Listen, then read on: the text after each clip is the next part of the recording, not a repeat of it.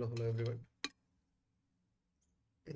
ఈ వీడియోలో మనం సోషియో ఎకనామిక్ అవుట్లుక్ మొత్తం గ్రూప్ 1 సంబంధించి వివిధ పేపర్స్ ఉన్నాయి కదా, డిఫరెంట్ పేపర్స్లో ఏ డేటా ఎక్కడ యూస్ఫుల్ అవుతుంది అనేది మనం క్లియర్గా చూద్దాం. ఓకే, సో ఒక నిమిషం నేను సెట్ చేసుకుంటాను, సిలబస్ చూసుకుంటాను.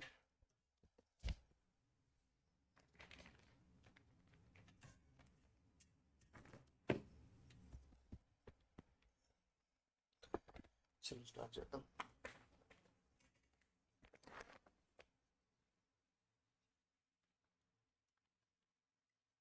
సో మనకు ఆల్రెడీ తెలుసు, దాదాపు 6 సెక్షన్లు ఉన్నాయి.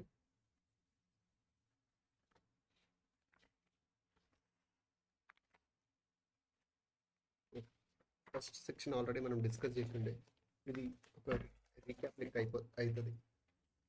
ఇప్పుడు మనం ఏదైతే డిస్కస్ చేస్తున్నామో అది జస్ట్ ఒక రీక్యాప్ లెక్క అన్నమాట.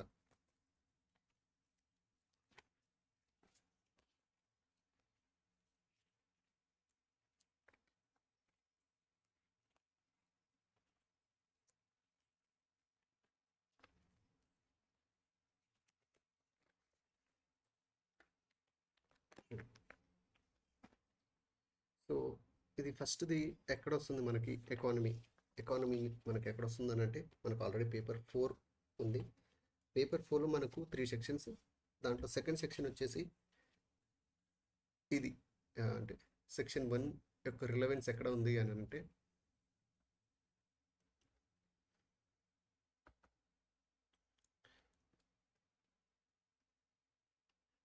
దీని యొక్క రిలవెన్స్ వచ్చేసి పేపర్ 4 సెక్షన్ 2, రైట్. సో ఇది కనుక మనం క్లియర్గా చూస్తే, దీంట్లో యూనిట్ 1లో Telangana economy in Hyderabad state, దాని తర్వాత Telangana economy in united AP, దాంతోపాటు structure and growth of Telangana economy, sectoral trends, ఇవన్నీ ఉన్నాయి కదా, అది ఇదే అన్నమాట, రైట్. సో దీంట్లో ఏమేమి ఉన్నాయి, ఫస్ట్ ఒకటి economy of Telangana at Hyderabad state అని అంటే ఎప్పటి నుంచి అని అంటే సెప్టెంబర్ 17, 1948 నుండి 1 నవంబర్ 1956 వరకు. దాని తర్వాత మనం ఏపీలో కలిసేసి ఉండే, రైట్. దాని తర్వాత economy of Telangana at undivided AP, ఇది 1956 నుండి 2014 వరకు, రైట్. 2014 జూన్ 2 వరకు. దీంతోపాటు మనం ఎకానమీ ఎట్ ప్రజెంట్ అంటే మనం 2023-24 వరకు, రైట్. అంటే 1948 నుంచి మొదలెడితే మనం 2024 వరకు మొత్తం తెలంగాణ ఒక ఓవరాల్ ఐడియా ఉండాలి, right. Overall idea in terms of, ఒకటి అగ్రికల్చర్, ఇంకోటి అగ్రికల్చర్ అండ్ అలైడ్ సెక్టర్, దాని తర్వాత ఇండస్ట్రీ, దాని తర్వాత service sector, right. So over the period of time 1948 నుండి 2024 వరకు అగ్రికల్చర్ యొక్క వేరియేషన్ ఎట్లా ఉంది, అండ్ దాని తర్వాత ఇండస్ట్రీ యొక్క వేరియేషన్ ఎట్లా ఉంది, సర్వీస్ సెక్టర్ యొక్క వేరియేషన్ ఎట్లా ఉంది అనేది మనం ఓవర్ వ్యూ అనేది మనకు ఉండాలి, రైట్. ఆబ్వియస్గా ఇది ఏంటి ఏమైంది మనకి అని అంటే, ఇనిషియల్గా అగ్రికల్చర్ అండ్ అలైడ్ సెక్టారు దాదాపు మనకు ఒక 1948 అంటే before merging Hyderabad and AP, Hyderabad స్టేట్కి వచ్చేసి డిపెండెన్సీ ఆఫ్ అగ్రికల్చర్ వచ్చేసి దాదాపు 62% ఉంటుండే, రైట్. డిపెండెంట్ కాదు, షేర్, అంతేనా, షేర్ అంత ఉంటుండే. సో చూద్దాం. సో సారీ, ఇది డిపెండెన్సీ, ఇది, రైట్. అండ్ డిపెండెన్సీ ఆఫ్ ఇది Hyderabad state, and dependency of AP వచ్చేసి ఇంకా ఎక్కువ ఉంటుండే, 70% ఉంటుండే. More or less compared with Andhra Pradesh, మన తెలంగాణ ఎకానమీ అనేది బెటర్గా ఉంటుండే అప్పుడు, రైట్. మనం మోర్ అర్బనైజ్డ్ ఉంటుండే, రైట్. గ్రోత్ రేట్ కొంచెం కంపారిటివ్లీ ఎక్కువ ఉంటుండే. అండ్ అప్పుడు హైదరాబాద్ది 1948 ఆ టైంలో టోటల్ ఇండియాలో 3% ఆఫ్ ఇండస్ట్రీ లేబర్ ఫోర్స్ ఉంటుండే, right. So so it indicates మనకు ఇండస్ట్రీస్ అనేవి తెలంగాణలో అప్పటికి చాలా బాగున్నాయి అనమాట when it is compared with AP before merging AP and Telangana. And ఇది సో ఇది ఓవర్వ్యూ. సో ఒక డీటెయిల్ క్లాస్ తీసుకుందాం మనం అనాలిసిస్కి. సో ఇప్పుడు వచ్చింది ఇది కాబట్టి చెప్తున్నాను. So anyway will focus more on the socio economic outlook with respect to the current data. ఇది మనం అక్కడ ఇంటర్ప్రేట్ చేసుకోవచ్చు. పేపర్ 4 సెక్షన్ 3లో మనకు ఎకానమీకి అంటే ఏమి అడుగుతారు, డైరెక్ట్ ఏమడుగుతారు మనం చెప్పలేం, కానీ ఇక్కడ సిలబస్ ఏముంది, structure and growth of Telangana economy యొక్క స్ట్రక్చర్ ఎట్లా ఉంది, రైట్. దాని తర్వాత దాని గ్రోత్ ఎట్లా ఉంది తెలంగాణ ఎకానమీ. దాని తర్వాత సెక్టోరల్ ట్రెండ్స్, ఒక్కొక్క సెక్టార్ యొక్క ట్రెండ్ ఎట్లుంది, గత ఎన్ని సంవత్సరాలు అనేది ఇవ్వలేదు ఇక్కడ. కాకపోతే మనం ఇప్పుడు రీసెంట్ది మాట్లాడుతుంటే కనీసం ఒక 10 years తీసుకోవాలని ఐ ఫీల్ కనీసం 10 years తీసుకోవాలి. ఎందుకు డేటా అయితే ఎనఫ్ ఉంది 2014 నుంచి 2024 వరకు, రైట్. సో ఈ 10 years కంపారిజన్ తీసుకొని రాస్తే మనం బెటర్ ఉంటుంది. అండ్ పర్ క్యాపిటల్ ఇన్కమ్ కూడా, దాని తర్వాత income inequalities and poverty, right. So వీటన్నిటి గురించి మనం ఇప్పుడు ఈ 2024 సోషియో ఎకనామిక్ అవుట్లుక్ ఇచ్చిన డేటా చూద్దాం. ఇప్పుడు మనం ఏదైతే చెప్పినామో ఏంటి, స్ట్రక్చర్ అని చెప్పినాము, గ్రోత్ అని చెప్పినాము, సెక్టరల్ ట్రెండ్స్ ఆఫ్ జిఎస్డిపి అని చెప్పినాము, PCI per capital income inequalities and poverty, right. So వీటన్నిటి గురించి ఏమేమి డేటా ఉంది 2024 ఎస్సీఓలో అనేది లేటెస్ట్ డేటా చూద్దాం. సో ఫస్ట్ మనకు తెలుసు, మనం మొత్తం సెక్టోరల్ కాంట్రిబ్యూషన్ కనుక మనం చూసుకుంటే మనది తెలంగాణది, రైట్. సో మొత్తం మన జిఎస్డిపి వచ్చేసి 14.67 lakh crores, రైట్. సో ఇండియాది వచ్చేసి ఇది దాదాపు 293 ఏమో ఉంటుంది, రైట్. ఇక్కడ చూడండి, ఇండియాది దాదాపు 293 ఉంటుంది, తెలంగాణది దాదాపు 14.64 lakh crores. ఓకే. సో ఈ 14.64 lakh crores మనం చూస్తే ఏది ఎంత ఉంది అనేది, మనకు అగ్రికల్చర్ షేర్ వచ్చేసి 15.8%,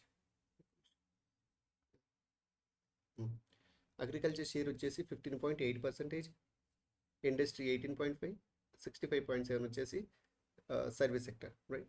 అట్ ద సేమ్ టైం మనం ఇప్పుడు ఇది తెలంగాణ గురించి అన్నమాట.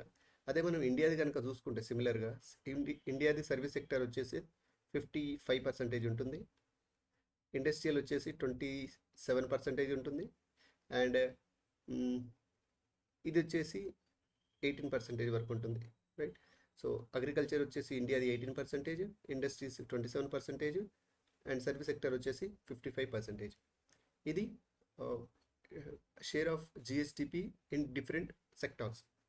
దాని తర్వాత ఒక్కొక్క దాని సర్వీస్ గ్రోత్ రేట్ చూద్దాం. అగ్రికల్చర్ గ్రోత్ రేట్ వచ్చేసి అగ్రికల్చర్ ఇది రివర్స్ రాసింది. అగ్రికల్చర్ గ్రోత్ రేట్ వచ్చేసి 4%, అండ్ ఇండస్ట్రీ గ్రోత్ రేట్ వచ్చేసి 10%, అండ్ ఖచ్చితంగా మనకు సర్వీస్ సెక్టర్ గ్రోత్ అనేది రీసెంట్ టైంలో చాలా ఎక్కువ ఉంది compared with industry and agriculture, right. So ఇది 14.6% ఉంది. అదే మనం గ్రోత్ ఆఫ్ ఇండియాది చూసుకుంటే, రైట్. సో ఇది రివర్స్ రాసి ఉండే, సర్వీస్ సెక్టర్ వచ్చేసి చెప్పినాం కదా 55%, and it is at an growth rate of 10.5%, and industrial sector is at an growth rate of 7.9%, దాంతో agriculture sector is at an growth rate of 4.6%, right. So ఇది ఓవరాల్గా ఇండియాది అండ్ తెలంగాణది, right. So overall growth rate మనం పోయిన సంవత్సరానికి compare చేసి, అంటే 2022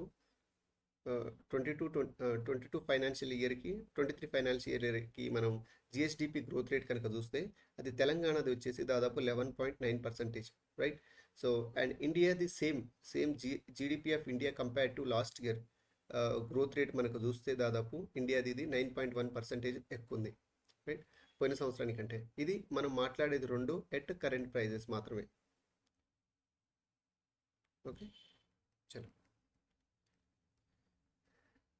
సో ఫస్ట్ ఇది సెక్టరల్ కాంట్రిబ్యూషన్, దాని తర్వాత ఓవర్‌వ్యూ చూద్దాం మనం. దాని తర్వాత ఇన్ డీటెయిల్‌గా మాట్లాడదాం. అంటే ఇక్కడ ఇది మనం ఓవర్‌వ్యూ చూస్తున్నాం. దాని తర్వాత ఇప్పుడు 15.8% అని చెప్పినాను కదా! ఈ 15.8% గురించి మొత్తం సెక్షన్ 2లో మాట్లాడతాం. అంటే 15.8% ఆఫ్ 14.67 లాక్స్ అంటే దాదాపు 2,40,40 ఆహ్, 40,000 కోట్లు రైట్? ఈ 2,40,40,000 కోట్లు దేంట్లోకెళ్ళి వస్తున్నాయి? క్రాప్స్ షేర్ ఎంత దీంట్లో? లైవ్ స్టాక్ షేర్ ఎంత? ఫిషరీస్ షేర్ ఎంత? ఫారెస్ట్ షేర్ ఎంత? మైనింగ్ షేర్ ఎంత? అదంతా మనం సెక్షన్ 2లో మాట్లాడతాం. అండ్ ఈ 18.5% ఉంది కదా, ఇది సెక్షన్ 4లో మాట్లాడతాం. సెక్షన్ 4లో దీని గురించి మాట్లాడతాం ఇన్ డీటెయిల్గా. అండ్ సెక్షన్ 5, 6లో వచ్చేసి మనం 5లో వచ్చేసి మనం సర్వీస్ సెక్టర్ గురించి ఇన్ డీటెయిల్గా మాట్లాడతాం రైట్. సో ఇదంతా ఈ సోషియో ఎకనామిక్ అవుట్లుక్ అంటే మొత్తం ఈ ఈ ఈ ఈ ఒక్కటే పిల్లర్ మీద ఉంటుంది అనమాట. అంటే ఈ షేర్ మీద వీటికి ఆ, ఎంతెంత డబ్బులు ఎక్కడెక్కడి నుంచి వస్తున్నాయి రైట్. మొత్తం ఎకానమీ గురించి socio economic outlook right. First major thing that we can get out of this socio economic outlook is the financial health of the country of the state right. Financial health వస్తుంది, దాంతోపాటు ఇవి రావడానికి government ఏం చేసింది and వీటిని ఇంకా improve చేయడానికి government ఏం చేస్తుంది అనేది మెజర్స్ రైట్. సో ఈ అగ్రికల్చర్ ఇంత తక్కువ ఉంది కదా, మనం ఎంప్లాయ్మెంట్తో చూస్తే మనకు పిక్చర్ అర్థమవుతుంది రైట్. ఏంటి అని అంటే అగ్రికల్చర్ షేర్ కూడా దాదాపు మనకు 15.8 అంటే 16% ఉంది. కానీ ఎంప్లాయ్మెంట్ వచ్చేసి ఇది చాలా హ్యూజ్, మన అందరికీ తెలుసు. ఎంత హ్యూజ్ అని అంటే ఆల్మోస్ట్ 3 times ఎక్కువ. అంటే సారీ, 3 times అని కాదు, ఇది 48% వరకు ఉంటుంది తెలంగాణలో రైట్. అంటే మొత్తం 100 మంది జాబ్ చేస్తే 48 మంది they are working in agriculture and allied sectors మాత్రమే. అండ్ దాని అవుట్పుట్ చూడండి చాలా తక్కువ ఉంది రైట్. ఇట్లా ఉంది కాబట్టి మన ఎకానమీ అంటే కంపారిటివ్లీ అంటే మోడర్న్ డెవలప్డ్ ఎకనామీస్ తోటి మనం ల్యాకింగ్ ఉన్నది ఇక్కడే రైట్. మనం అంత డెవలప్డ్ కాకపోవడానికి మేజర్ రీజన్ ఇది. సో దీన్ని ఇంప్రూవ్ చేయడానికి గవర్నమెంట్ ఏం స్టెప్స్ తీసుకుంటుంది అనేది కూడా ఇన్ డీటెయిల్ వాళ్ళు మెన్షన్ చేసినారు. Will discuss that in detail. Okay. So so ఇప్పుడు పర్ క్యాపిటా చూద్దాం. పర్ క్యాపిటా ఇన్కమ్ వచ్చేసి, సో పర్ క్యాపిటా ఇన్కమ్ అంటే ఆల్రెడీ మనకు తెలుసు కాబట్టి నేను I'm just going with the numbers right. Total GSDP per capita ఎట్లా వస్తుంది అంటే జిఎస్డిపి బై టోటల్ పాపులేషన్. అయితే మనకు పర్ క్యాపిటా ఇన్కమ్ వచ్చేసి, సో ఇది పర్ క్యాపిటా ఇన్కమ్ ఇనీషియల్గా 2014-15 అప్పుడు మన తెలంగాణది వచ్చేసి 1,25,000 యావరేజ్గా అనుకోండి, 1,25,000. ఇప్పుడు అది దాదాపు 3,47,000 అయింది 2023-24కి right. So there is a increase of about ఎంత చూడండి, 3.47 మైనస్ 1.24 డివైడెడ్ బై 1.24 మనం చేసినాం అనుకోండి, ఇది ఎంత ఉంటుంది అని అంటే ఇంక్రీజింగ్ అబౌట్ 180% ఉంటుంది అనుకుంటా. సో నాకు ఎగ్జాక్ట్గా నెంబర్ ఇది లేదు, ఒక్క నిమిషం చేస్తాం.